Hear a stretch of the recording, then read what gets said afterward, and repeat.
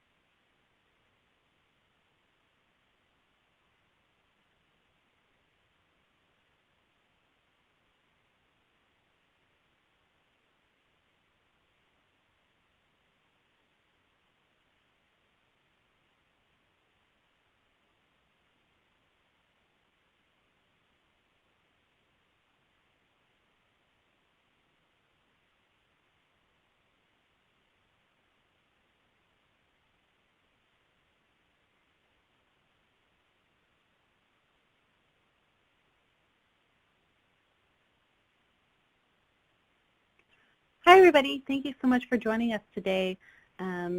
This webinar will be Building a System That Just Works, the ARM Firmware Ecosystem. We'll go ahead and introduce the presenters now.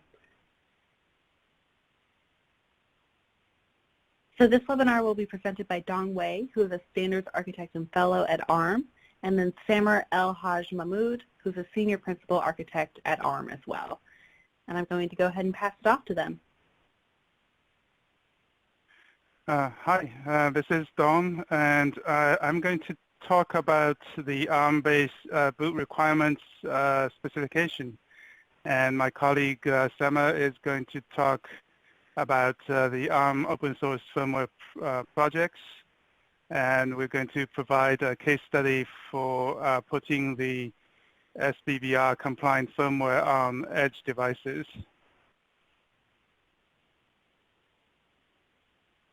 So let me first start with the ARM-based boot requirement specification. The objective that we have is to define a specification that covers what we call the A-class processors that goes into the market, and this is going beyond just the servers. If you think about it, this could be going into the areas of embedded devices, IoT devices, edge servers, and many of these devices that are more than just the servers. And we have done a server specification before. And so this is broadening our scope. And we're going to continue the current EBBR spec, which is under the community development model. EBBR is covering an embedded space where we would like to see people having UEFI interfaces, implemented across the board so that the generic bootloaders like Grub can be used, and then we can develop the operating systems by different vendors and divorce that development from the device development. So we're going to create this BBR spec, the base boot requirement specification. And previously, we have this specification called server-based boot requirements. But now, as we extend beyond just the servers, we are basically establishing the interface requirements first, and then create a number of recipes for supporting different OSs. And we're going to get into some of the details. And in terms of the interface requirements, certainly all ARM A-class processor would have a common interfaces called PSCI and SMC calling convention. And then on top of that, we certainly already have the requirements related to UEFI and ACPI. And these are already defined for what we now call the SBBR recipe. And we are also going to look at these edge devices and see whether all these UEFI and ACPI requirements are applicable, and we may have some exceptions. Certainly SMBIOS is another DMTF specification that we adhere to. Also, many of the devices, especially on the embedded side, support this interface called device tree. And so we are going to also refer to that specification. And the device tree may be used by some of these recipes as well. So, you know, we do this because as we look at the system firmware landscape, this is what we are finding. The work that we have done in the server space, where we have the server-based boot requirement document, that specification is not really just working for the servers. It is more in the fact that it supports a number of the operating systems like Red Hat, Microsoft, Oracle Linux, AWS, Amazon Linux, VMware, and so on, right? And of course, Ubuntu, SUSE, FreeBSD, NetBSD can also work with the SBBR requirements, the server version of it. But as we look at the situation, the SBBR actually works not just for the servers. It can also work for other market segments as long as these operating systems are targeted. And as I mentioned, when we look at the edge devices and embedded side, maybe there is a little bit of a possibility of having some exceptions from the SBBR requirements that some of the OSs like VMware are willing to support. And of course, you know, Ubuntu, SUSE, FreeBSD, and NetBSD belong to that camp as well. If you look at the right-hand side, some of the servers may not even use the SBBR. You know, for example, Google and Facebook, they choose to use LinuxBoot, right? So we are in the process of creating this LBBR recipe for that usage scenario. And then also on the more embedded side, traditionally people have been using uboot. And like I mentioned earlier, we are encouraging people to put UEFI ABI on top. And so we have this EBBR specification and also the EBBR recipe that allows us to put UEFI interfaces onto these devices and to support many of the OSs. So we already have, you know, Ubuntu, SUSE, FreeBSD, and NetBSD supporting that kind of situation. So you choose UEFI ABI on these devices, and they continue to also support device tree. So this is a scenario that would be of interest as well.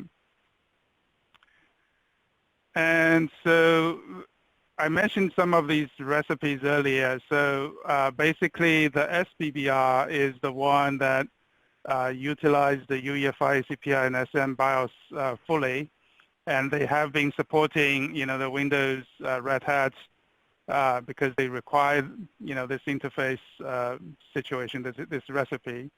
And then, like I mentioned, many of the other Linux operating systems are able to support this as well, and as well as VMware, NetBSD, and FreeBSD. So the second recipe, the ESBBR, is basically SBBR with some of the exceptions. You know, some of the operating system may be willing to accept some of these exceptions. We are still in the process of trying to figure out what those exceptions might be. EBBR, as I mentioned, in this situation, it requires the UEFI ABI. You can implement to the EBBR either through uboot or through EDK2. It doesn't really matter. And then you can use the device tree in that recipe as well. So many of the OSs like Fedora, OpenSUSE, Ubuntu, Debian, they are already supporting this situation. And then LBBR is, like I mentioned, instead of requiring the EDK2 or uboot implementation, you could just go directly from the trusted firmware A class to boot to LinuxBoot, and that replaces the other boot models that people are using today. And so for some of the hyperscalers, they are very interested in this possibility. So so if you're not familiar with the SBBR, it is a specification that we had originally for the server market, but this is really the requirements for Windows, Red Hat, and many of the other OSs that require this. So the concept is really that we leverage the industry standards as much as possible, like UEFI, ACPI, SBBR, and then we combine them with, the support that we need to have for the ARM A-class processors. These include, the PSCI, SMC calling convention, trusted firmware, right? Some of the fixed function services for connecting the ACPI to the ARM hardware, and then also the management module that we have to deal with the trust zone. So the EBBR is also an existing specification, like I mentioned as well. It is basically a subset of SBBR focusing on the UEFI, ABI, and you can implement to EBBR through either uboot or EDK2, and you can either use device tree or ACPI.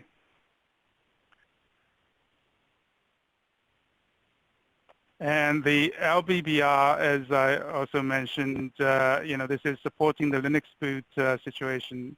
The diagram here shows the relationship, right? The LinuxBoot could be launched through the trusted firmware, and then you go to your own operating systems.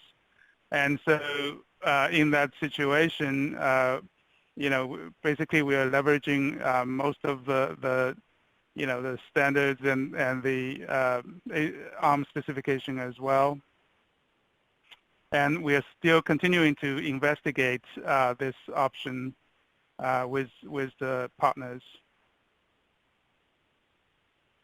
And so, with all these recipes, people may have the question of, what are the relationships, right? So basically, these are the diagrams. I have a couple of diagrams showing the relationships. So for EBBR, basically, the core requirement is UEFI, and you can implement UEFI with either uboot and EDK2. And the SBBR basically requires UEFI, ACPI, and SBBR, right? And the ESBBR, may be a recipe that could have some exceptions to SBBR.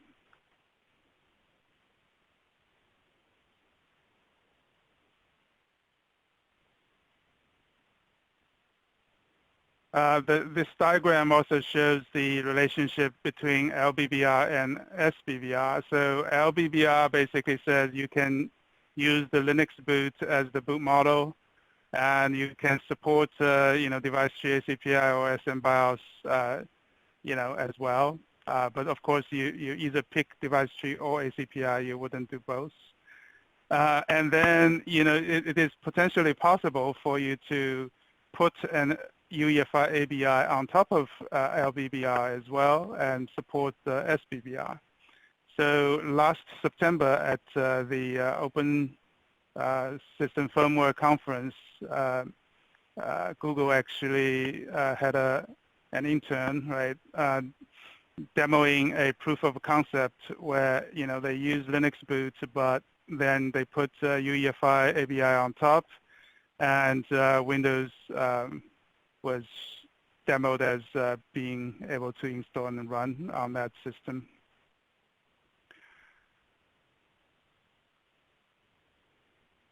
So in addition to the system firmware side, we also, for the server space, have the base manageability requirements as well. So this is basically saying, we are supporting Redfish and IPMI on the ARM-based servers. And basically this is supporting, DMTF specifications like Redfish, MCTP, PLDM. We have a lot of interest in the OCP, Open Compute project on these hardware management features, right? So we're working closely with the OCP side for the system management functions.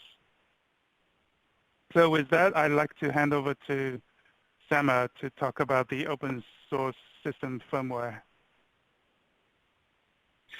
Thank you, Don. So let's talk about the ARM open source firmware ecosystem. The ARM systems, whether they are servers or edge devices or other types of machines, support a varying range of boot models, mostly based on these recipes that are standardized that Don talked about. These boot models and firmware projects may be open source or commercial firmware.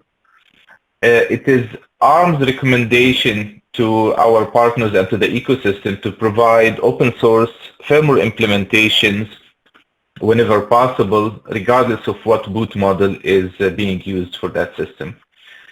Some of the open source firmware projects and options for ARM systems include Trusted Firmware, Core, EDK2, uboot, LinuxBoot project, as well as OpenBMC for the BMC firmware.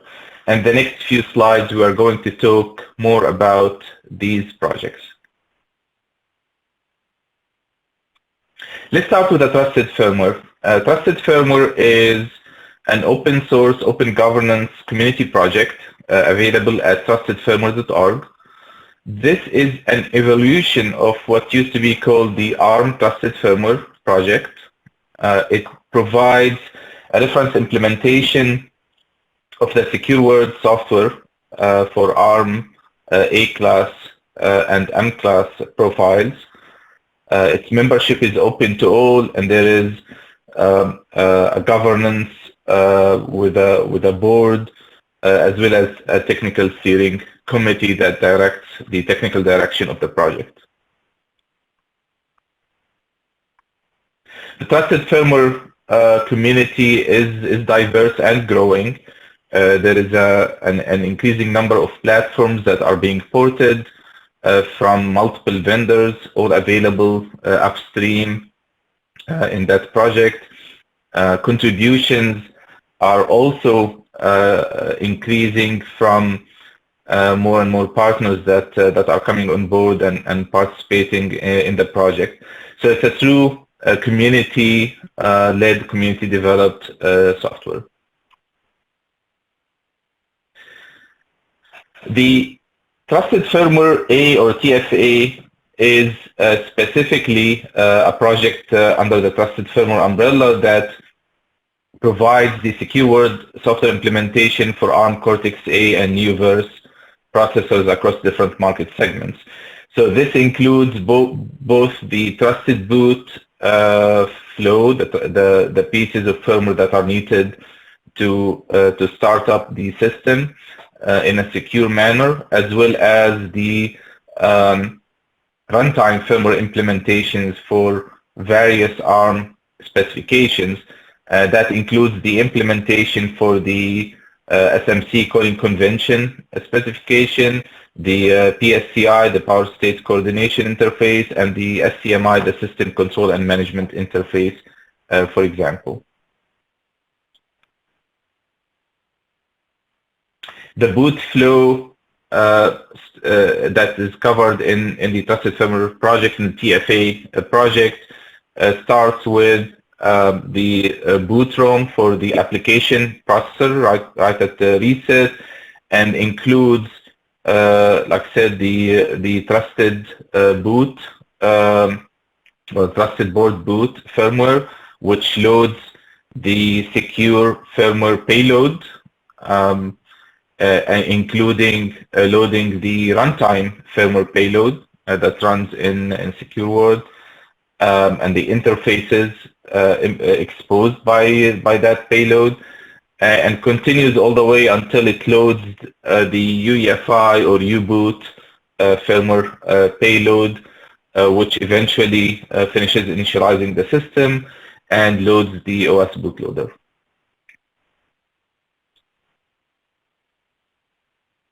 The next project I'm going to talk about is the Tiano Core, or EDK2 project under Tiano Core open source community.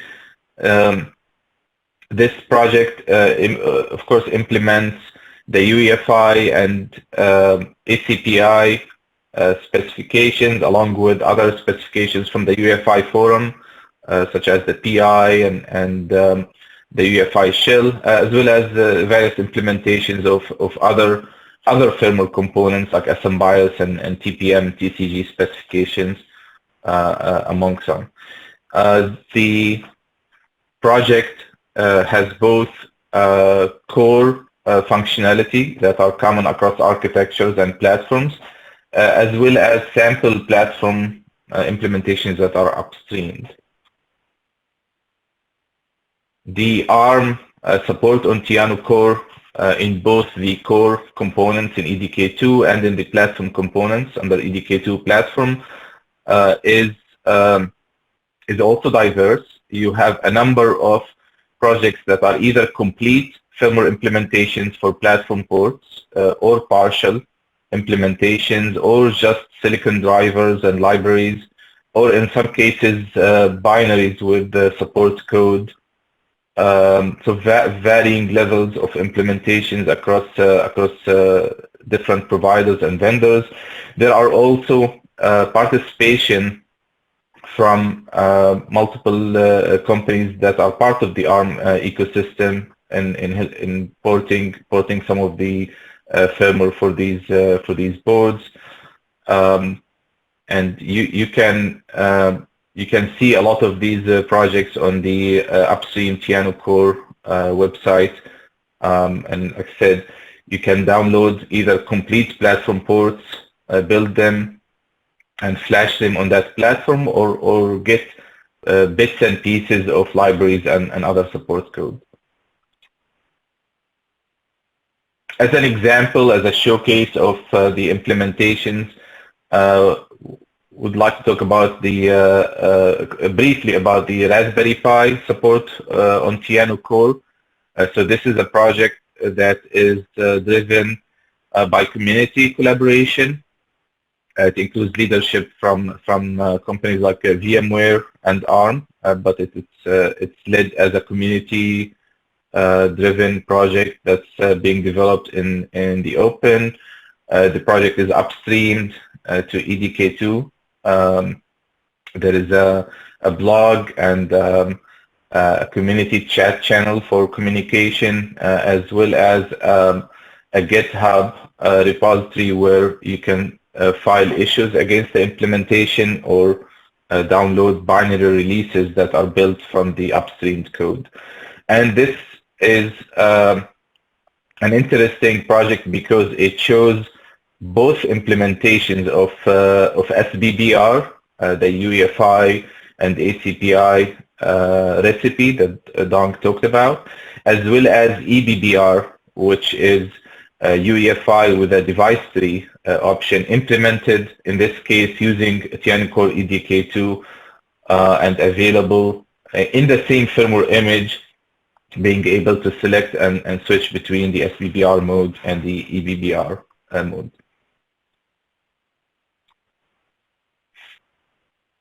Next, let's talk about uboot.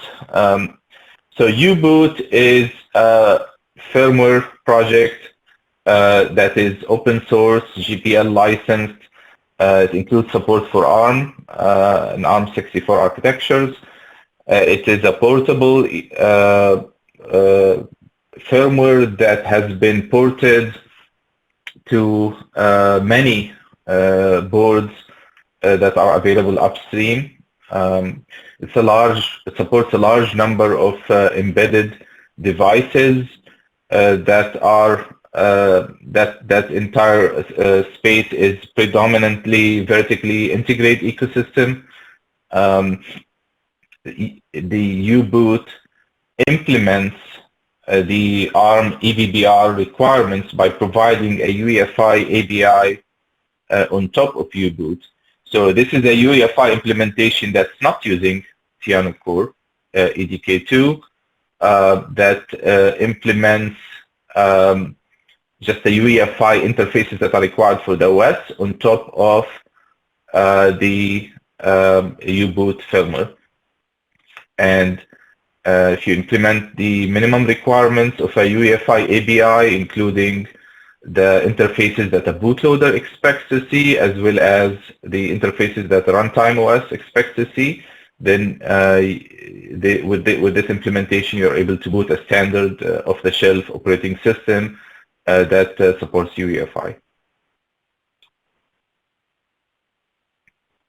The next project I would like to talk about is the LinuxBoot project. This is another open source firmware implementation, linuxboot.org.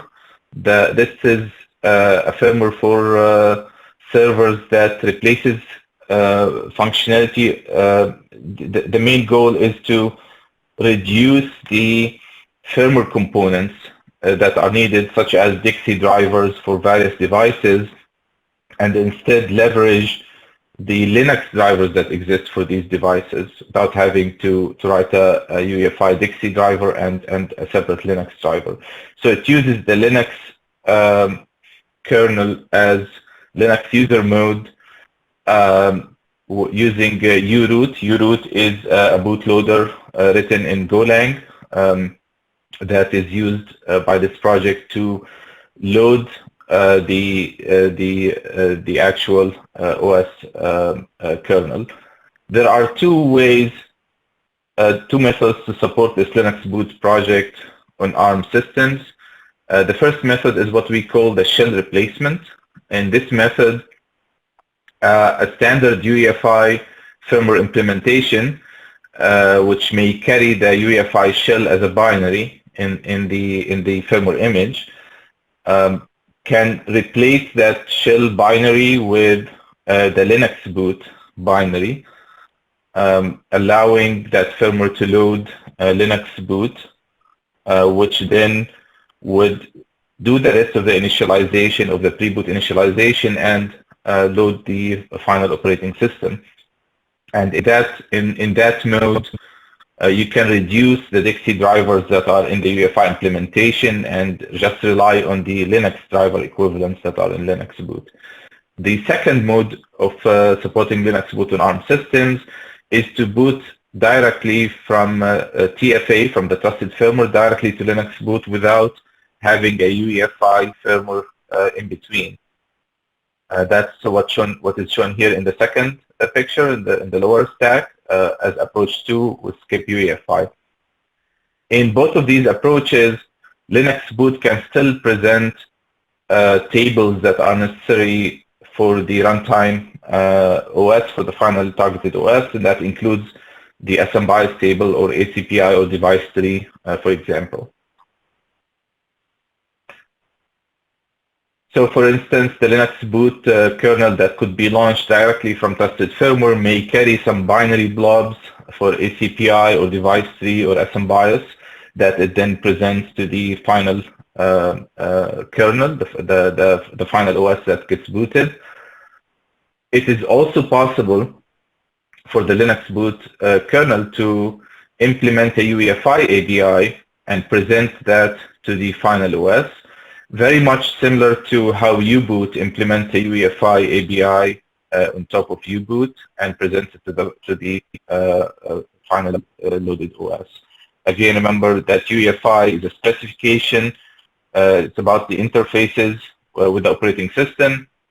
It's not necessarily to implement, to have the DXC NPI specifications in order to implement a UEFI interface. And it's not necessarily to have Tiano Core as the only implementation of UEFI. With that, we conclude our presentation, and we have time to take some questions. Great, thanks, Samer. The first question is, what is the difference between SBBR and EBBR, and do they support UEFI?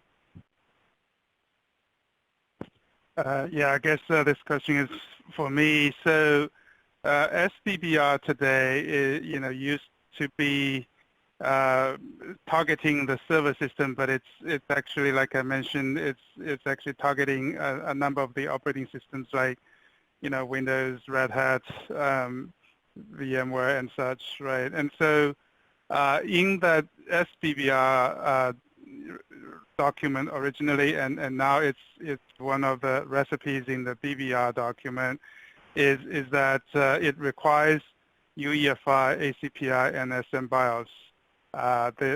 The actual requirements are in the original SBBR document, and in the future would be in the BBR document. EBBR is basically saying, a subset of the UEFI interfaces are required.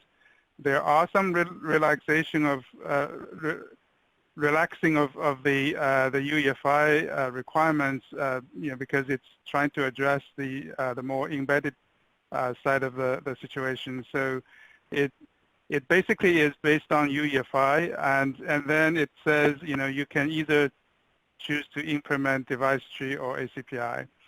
Right, so UEFI, EBBR is, you can regard that as kind of a subset of the SBBR document. So systems that are built to be SBBR compliant is automatically EBBR compliant. Great, thank you. Next question.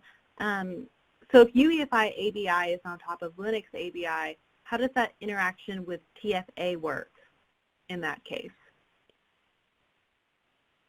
Sure, I can answer that question. So in that case, the Linux, so the system starts booting with the TFA firmware, and when the TFA firmware hands over to the normal world firmware, it will, in the case of LinuxBoot, it would just jump to a specific address memory where the kernel, the LinuxBoot kernel, exists. That could be the kernel decompressor that decompresses the actual LinuxBoot kernel image and the binary payloads that are carried along with the image. So from that point on, the Linux boot kernel is the firmware that's booting and initializing the system, and it needs to interact with TFA for whatever functions that it may require, such as power control of the system, for example, like powering on and powering off or restart. The UEFI ABI that gets implemented on top of the Linux kernel, the LinuxBoot kernel, does not necessarily interact directly with TFA. It's just an implementation in user mode in the LinuxBoot code, and the back end of that implementation may or may not interact with TFA. So it's not direct UEFI to TFA interaction. It is UEFI ABIs implemented in LinuxBoot code.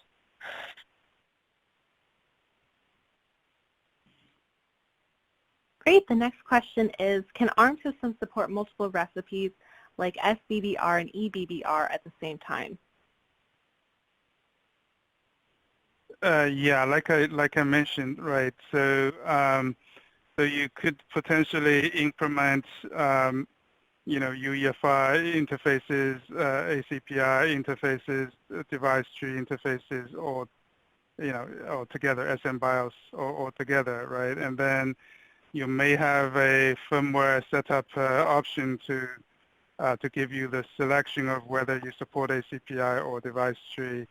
So if I think in one of the examples that Summer talked about, we have been working on the Raspberry Pi 4 devices, and we have put UEFI, ACPI, device tree, or on that system. It's actually using EDK2 Piano core code, and so the firmware setup actually has a choice of whether you use ACPI or device tree, and so you could use the same implementation to go for EBBR as well as SBBR if you want to.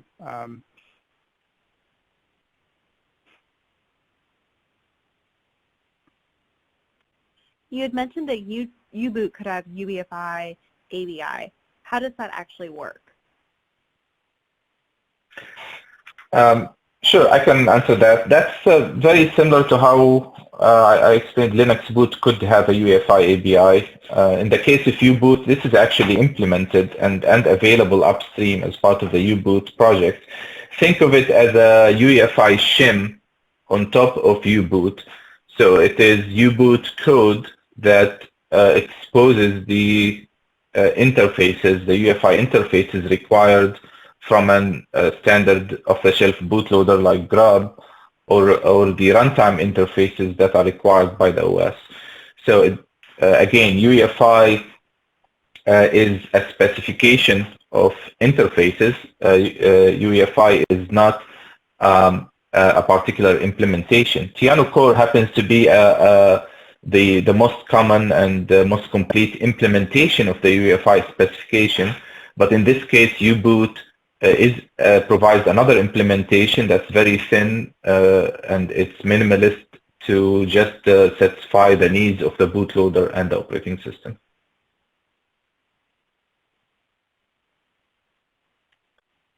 What OSs do these standard EBBR recipes enable on ARM systems?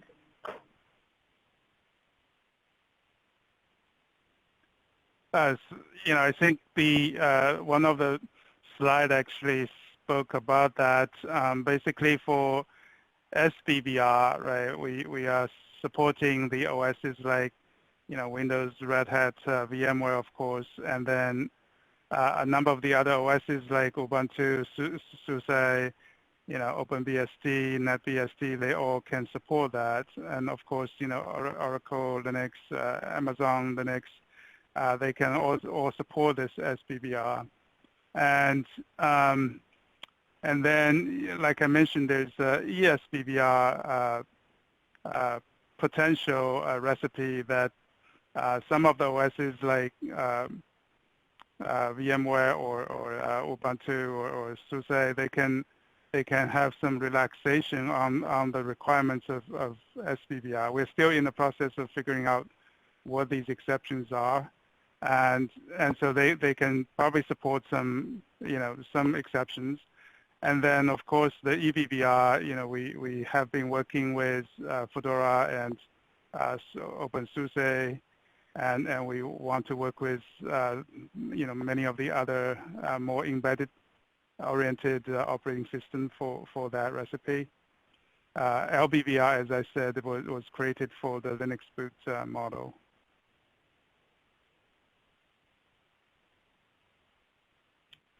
Great. Well, that was our last question for today. So thank you all so much for joining us. These slides will be available on the UEFI Forum website, and a recording of this webinar will be available on the UEFI Forum YouTube, as well as the UEFI Forum Bright Talk channel. So thank you all for joining us.